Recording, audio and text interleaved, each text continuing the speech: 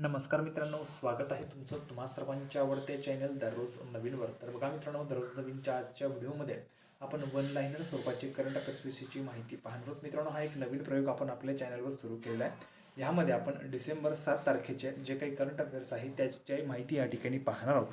तर बघा मित्रांनो, थोडाही वेळ वाया न घालवता आपण व्हिडिओला सुरुवात करणार आहोत. त्याबद्दल तुम्हाला सूचना आहे, जर तुम्ही व्हिडिओवर नवीन असाल तर व्हिडिओला लाईक करा आणि चॅनलला सबस्क्राईब केलं नसेल तर चॅनलला सुद्धा सबस्क्राईब करून घ्या आणि हा व्हिडिओ जास्तीत जास्त शेअर सुद्धा करा. तर बघा, वन लाईनर स्वरूपाचे जे काही करंट अफेअर्स आहेत मराठीमध्ये त्याची आपण या ठिकाणी माहिती पाहणार आहोत. पहिली स्लाईड तुमच्यासमोर ओपन झाली आहे. पहिली आणि अत्यंत महत्त्वाची वन लाईनर स्वरूपाची करंट अफेअर्स असणार आहे. भारताच्या रामकुमार रामनाथनने कलबुर्गी खुल्या टेनिस स्पर्धेचे पुरुष एकेरीचे विजेतेपद पटकावलेले आहे. या संदर्भाची काही महत्त्वाची माहिती आपल्याला पाहायला मिळते. कलबुर्गी ओपन टेनिस स्पर्धेचे आयोजन कलबुर्गी कर्नाटक येथे डिसेंबर 2023 करण्यात आले होते. तर बघा, असा प्रश्न तुम्हाला विचारला जाऊ शकतो की खुल्या टेनिस स्पर्धेचे आयोजन जे आहे ते कुठे करण्यात आले होते. तर बघा, कर्नाटक या राज्यात ते त्या ठिकाणी करण्यात आलं होतं आणि कलबुर्गी या ठिकाणी ते त्या ठिकाणी आयोजन करण्यात आलेले होते. त्यानंतर बघा, ITF Kalaburagi open world tennis tour 2023 9 देशातील 75 आंतरराष्ट्रीय टेनिसपटूंनी ITF स्पर्धेत भाग घेतला होता. त्यानंतर बघा पुढे, भारताच्या रामकुमार रामनाथनने या टेनिस स्पर्धेतील पुरुष एकेरीचे विजेतेपद पटकावलेले आहे. अंतिम फेरीत रामकुमारने ऑस्ट्रियाच्या डेव्हिड पिचलरचा पराभव केला. तर बघा, तुम्हाला प्रश्न असा सुद्धा विचारला जाऊ शकतो की खुल्या टेनिस स्पर्धेचे पुरुष एकेरीचे जे काही उपविजेते पद आहे तर ते कोणाला मिळालेले आहेत. तर बघा, ऑस्ट्रेलियाचे जे काही डेव्हिड पिचलर आहे त्यांना ते त्या ठिकाणी उपविजेते पद मिळालेले होते. तुम्हाला प्रश्न कसाही फिरवून विचारला तरी सुद्धा तुम्हाला तो त्याचं उत्तर आलं पाहिजे. त्यानंतर बघा, रामकुमार रामनाथन यांचे हे तिसरे ITF टायटल असणार आहे. त्यानंतर पुढची स्लाईड असणार आहे. दुसऱ्या नंबरची आपली वन लाईनर स्वरूपाची करंट अफेअर असणार आहे. नुकतीच भारताच्या आंतरराष्ट्रीय सागरी संघटना परिषदेवर निवड झालेली आहे. या संदर्भाची काही महत्त्वाची माहिती. तर बघा, नुकत्याच आंतरराष्ट्रीय सागरी संघटना परिषदेच्या निवडणुका झाल्या. लंडनमध्ये या निवडणुका झाल्या. तुम्हाला प्रश्न विचारला जाऊ शकतो की आंतरराष्ट्रीय सागरी संघटनेची जे काही आता निवडणूक झाली तर ती कोठे झाली. तर लंडनमध्ये ती निवडणूक झालेली होती. त्यानंतर बघा, या निवडणुकीत भारताच्या आंतरराष्ट्रीय सागरी संघटना परिषदेवर निवड झालेली आहे आणि ही निवड 2024-25 या वर्षासाठी झालेली आहे. त्यानंतर पुढे जर आपण पाहिलं तर बघा, ही परिषद IOMची एक कार्यकारी संस्था आहे जी संस्थेच्या कामकाजावर देखरेख ठेवण्यासाठी जबाबदार आहे. या परिषदेवर भारताची पुन्हा निवड झालेली आहे. त्यानंतर बघा, आंतरराष्ट्रीय सागरी संघटनेची स्थापना कधी झाली. तुम्हाला प्रश्न विचारला जाऊ शकतो की आंतरराष्ट्रीय सागरी संघटना जी आहे, कारण मित्रांनो नुकतंच त्या ठिकाणी हे जे काही घडामोडी घडलेल्या आहेत त्यामुळे मित्रांनो हा प्रश्न विचारला जाऊ शकतो. तर बघा, आंतरराष्ट्रीय सागरी संघटनेची स्थापना कधी झाली तर 1948 साली त्याची स्थापना झाली आहे आणि याचे जे काही मुख्यालय ते लंडन या ठिकाणी असणार आहे. तुम्हाला त्या ठिकाणी लक्षात ठेवायचे आहे. त्यानंतर बघा, तिसरा आणि अतिशय महत्त्वाची वन लाईनर स्वरूपाची करंट अफेअर असणार आहे. नागालँडमध्ये नुकत्याच हॉर्नबिल फेस्टिवल सुरू झालेलं आहे. या संदर्भाची काही महत्त्वाची माहिती. अलीकडेच उत्तर पूर्व नागालँड राज्यात हॉर्नबिल फेस्टिवल सुरू झाला आहे. हॉर्नबिल फेस्टिवलची सुरुवात 2000 साली झाली. तुम्हाला प्रश्न विचारला जाऊ शकतो की हॉर्नबिल फेस्टिवलची सुरुवात कधी झाली तर 2000 साली. हॉर्नबिल फेस्टिवलची जी काही सुरुवात आहे ती 2000 साली त्या ठिकाणी झालेली आहे. त्यानंतर बघा, हॉर्नबिल फेस्टिवलची ही कितवी आवृत्ती आहे तर ही 24वी आवृत्ती असणार आहे. तुम्हाला प्रश्न असा विचारला जाऊ शकतो की हॉर्नबिल फेस्टिवलची नुकताच जो काय हॉर्नबिल फेस्टिवल पार पडला त्याची ही कितवी आवृत्ती होती तर 24वी आवृत्ती ते त्या ठिकाणी होती. त्यानंतर पुढे बघा, जर आपण ह्या ठिकाणी पाहिलं तर नागा जमातींची सांस्कृतिक विविधता एकत्रित करणे हा त्याचा उद्देश आहे, जेणेकरून विविध पार्श्वभूमीतील लोकांना एकमेकांच्या संस्कृती आणि समाजातून शिकण्याची संधी मिळेल. तसेच देश आणि जगाला नागा समाजाच्या सांस्कृतिक समृद्धीची ओळख करून देता येईल. हॉर्नबिल सणाचे नाव कशावरून पडले असा प्रश्न तुम्हाला विचारला जाऊ शकतो. तर हॉर्नबिल सणाचे नाव हॉर्नबिल पक्षावरून पडलेले आहे. त्यानंतर बघा, हा पक्ष नागा जमातीत पवित्र मानला जातो आणि नागांच्या पुराणातही त्याचा उल्लेख त्या ठिकाणी आहे. या महोत्सवासाठी आसामची भागीदार राज्य म्हणून निवड करण्यात आली. तुम्हाला प्रश्न विचारला जाऊ शकतो की हॉर्नबिल फेस्टिवलसाठी कोणत्या राज्याची किंवा कोणत्या ठिकाणाची त्या ठिकाणी भागीदार म्हणून निवड करण्यात आली होती. तर बघा, आसाम या राज्याची त्या ठिकाणी भागीदार म्हणून निवड करण्यात आली होती. त्यानंतर बघा पुढे, युनायटेड स्टेट्स, जर्मनी आणि कोलंबिया हे देखील भागीदार देश त्या ठिकाणी बनलेले आहेत. त्यानंतर आपण पुढे जाणार आहोत. पुढच्या स्लाईडवर अतिशय महत्त्वाचे वन लाईनर स्वरूपाची करंट अफेअर असणार आहे. तर बघा, नुकत्याच जाहीर झालेल्या जागतिक डिजिटल स्पर्धात्मकता निर्देशांकात युनायटेड स्टेट्स अव्वल आहे. यामध्ये जर आपण पाहिलं तर बघा, तुम्हाला प्रश्न विचारला जाऊ शकतो भारतासंदर्भात, त्याची माहिती सुद्धा आपण पुढे पाहूया. बघा, नुकतेच international institute for management development म्हणजेच IMDने जागतिक डिजिटल स्पर्धात्मकता क्रमवारी जाहीर केली. या क्रमवारीत एकूण 64 देशांच्या अर्थव्यवस्थेचा समावेश करण्यात आला आहे. तर बघा, यामध्ये किती देशांच्या अर्थव्यवस्थेचा समावेश करण्यात आलेला आहे तर एकूण 64 देशांच्या अर्थव्यवस्थेचा समावेश त्या ठिकाणी करण्यात आलेला आहे. यामध्ये जर आपण पाहिलं तर बघा, भारताचा कितवा क्रमांक आहे तर 49वा क्रमांक भारताचा आपल्याला त्या ठिकाणी पाहायला मिळतो. त्यानंतर बघा, आशिया पॅसिफिक क्षेत्रातील 14 देशांमध्ये भारत 12व्या क्रमांकावर आहे. आशिया पॅसिफिक जे आहे तर त्या क्षेत्रातील जे काही 14 देश आहेत तर त्या 14 देशांच्या याच्यामध्ये भारत 12व्या क्रमांकावर आपल्याला पाहायला मिळतो. या निर्देशांकात अमेरिका पहिल्या क्रमांकावर आहे, नेदरलँड दुसऱ्या क्रमांकावर, तिसऱ्या क्रमांकावर सिंगापूर, चौथ्या क्रमांकावर डेन्मार्क आणि 5व्या क्रमांकावर स्वित्झर्लंड आपल्याला त्या ठिकाणी पाहायला मिळतो. हा निर्देशांक कसा तयार केला जातो तर 3 निर्देशांकांच्या आधारे हा तयार केला जात असतो. तर त्यामध्ये कोणकोणते समावेश आहे, कोणकोणत्या निर्देशांकांचा समावेश आहे तर बघा ज्ञान, तंत्रज्ञान आणि भविष्यातील तयारी या आधारे हा जो काही निर्देशांक आहे तो तयार केला जात असतो.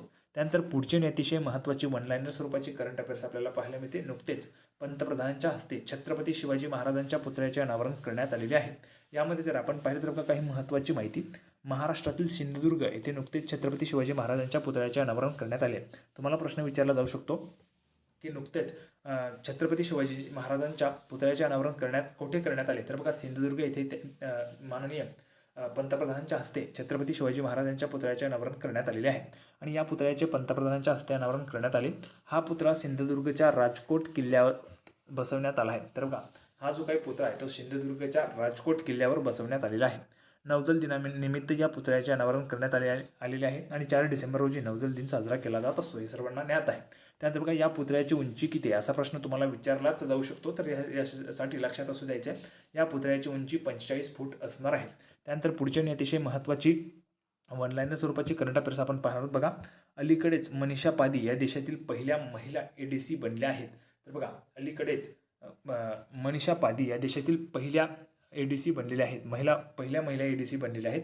या संदर्भाची काही महत्त्वाची माहिती. ADC म्हणजे एड डी कॅम्प. ADC म्हणजे काय एड डी कॅम्प. त्यानंतर बघा ते भारतीय हवाई दलात स्क्वॉड्रन लीडर म्हणून नियुक्त झाले आहेत. त्यांची मिझोरामच्या राज्यपालांची ADC म्हणून नियुक्ती करण्यात आलेली आहे. मिझोरामचे राज्यपाल कोण आहेत तर डॉक्टर हरिबाबू कंभामपती यांनी त्यांची या पदावर नियुक्ती केलेली आहे. एड डी कॅम्प ही भारतातील सन्मानांची पदवी आहे. लष्कर, नौदल आणि हवाई दलाच्या प्रमुखांसह सेवा प्रमुखांना सहसा 3 सहाय्यक डी कॅम्प असतात. राज्यपालांना 1 ADC आहेत. राष्ट्रपतींचे 5 सहाय्यक डी कॅम्प आहेत. त्यामध्ये जर आपण पाहिलं तर 3 आर्मी, 1 नेव्ही आणि 1 एअरफोर्स असे 5 त्या ठिकाणी राष्ट्रपतींचे एड डी कॅम्प असतात आहेत. त्यानंतर पुढच्या अतिशय महत्त्वाची वनलाईनर करंट अफेअर्स असताना बघा रुळांवर हत्तीचा मृत्यू रोखण्यासाठी रेल्वे AI आधारित गजराज प्रणाली सुरू करणार आहे. या संदर्भाची काही महत्त्वाची माहिती. नुकतीच रेल्वेने गजराज सिस्टीम सुरू करण्याची घोषणा केली आहे. तर बघा हत्तींचा मृत्यू रोखण्यासाठी कोणती प्रणाली आणण्यात येणार आहे असा प्रश्न तुम्हाला जर विचारण्यात आला तर बघा गजराज प्रणाली या ठिकाणी सुरू करण्यात आली. गजराज सिस्टीम जी आहे ती सुरू करण्यात येणार आहे. रेल्वेने त्या ठिकाणी ती घोषणा केलेली आहे. त्यानंतर बघा पुढे रुळांवर हत्तीचा मृत्यू होऊ नये यासाठी ही यंत्रणा सुरू करण्यात येणार आहे.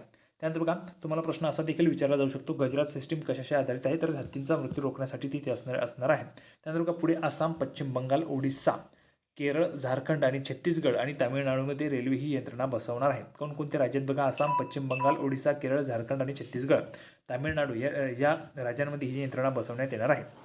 याच राज्यांमध्ये ट्रेनमुळे हत्तींचा सर्वाधिक मृत्यू होत असतो. त्यानंतर बघा पुढे 700 किलोमीटर लांबीवर ही यंत्रणा बसवण्यात येणार आहे. तर बघा तुम्हाला प्रश्न विचारला जाऊ शकतो गजराज प्रणाली किती किलोमीटर लांबीवर बसवण्यात येणार आहे तर 700 किलोमीटर लांबीवर ही बसवण्यात येणार आहे यंत्रणा. त्यानंतर बघा पुढे ही प्रणाली गेल्या वर्षी आसाममध्ये 150 किलोमीटरच्या पट्ट्यात लागू करण्यात आली होती आणि ती खूप फायदेशीर ठरली होती. तर बघा ही प्रणाली अगोदर कुठे बसवण्यात आली होती तर आसाम या राज्यात ती बसवण्यात आली होती आणि 150 किलोमीटरच्या पट्ट्यात त्या ठिकाणी लागू करण्यात आली होती आणि ती खूप फायदेशीर देखील ठरली होती. त्यानंतर पुढचा आणि अतिशय महत्त्वाचं वनलाईनर स्वरूपाचं करंट अफेअर असणार आहे. बघा अलीकडेच संध्याक नावाचे एक मोठे सर्वेक्षण जहाज भारतीय नौदलाकडे सुपूर्द करण्यात आले होते आणि त्या संदर्भाची काही महत्त्वाची माहिती. संध्याक नावाचे मोठे सर्वेक्षण जहाज डिसेंबर 2023 भारतीय नौदलाकडे सुपूर्द करण्यात आलेले आहे. हे जहाज Garden Reach Shipbuilders and Engineers लिमिटेडने बांधले आहे. तुम्हाला प्रश्न विचारला जाऊ शकतो संध्याक नावाचे जे काही नुकतेच जहाज भारतीय नौदलाकडे आलेले आहे तर ते कोणी बनवलेले आहे किंवा कोणी बांधलेले आहे तर बघा Garden Reach Shipbuilders and Engineers लिमिटेडने ते बांधलेले आहेत. हे 4 सर्वेक्षण जहाजांपैकी पहिले जहाज असणार आहे. संरक्षण मंत्रालयाने Garden Reach Shipbuilders and Engineers लिमिटेडसोबत ऑक्टोबर 2018 या 4 सर्वेक्षण जहाजांच्या बांधकामासाठी करार केला होता. जहाजाची प्राथमिक भूमिका बंदराच्या दृष्टिकोनाचे संपूर्ण किनारी आणि खोल पाण्याचे हायड्रोग्राफिक सर्वेक्षण करणे आणि नेव्हिगेशन चॅनल मार्गांचे निर्धारण करणे असणार आहे. आणि जर आपण ह्या ठिकाणी पाहिलं तर बघा संध्याकची विस्थापन क्षमता अंदाजे 3400 टन आणि लांबी 110 मीटर आहे.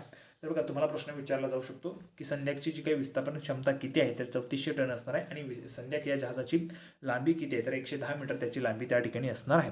त्यानंतर बघा पुढचं आणि अतिशय महत्त्वाचं वन लाईनर करंट अफेअर असणार आहे. अलीकडेच जापानमध्ये जगातील सर्वात मोठा अणुप्रकल्प सुरू झालेला आहे. बघा अलीकडेच जगातील सर्वात मोठा अणुप्रकल्प कोठे सुरू करण्यात आला असा तुम्हाला प्रश्न विचारला जाऊ शकतो. तर तो जपानमध्ये सुरू करण्यात आला आणि त्या संदर्भाची काही महत्त्वाची माहिती.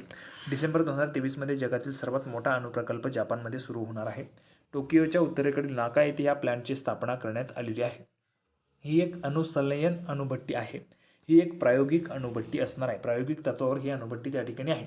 भविष्यात मानवाच्या सर्व ऊर्जा गरजा पूर्ण करणे हे त्याचे उद्दिष्ट आहे. या अणुभट्टीला JT60SA असे नाव देण्यात आले. या अणुभट्टीला JT60SA असे नाव देण्यात आले. हे मोठ्या प्रमाणावर सुरक्षितपणे आणि कार्बनमुक्त ऊर्जा निर्माण करण्यासाठी डिझाईन केलेले आहे.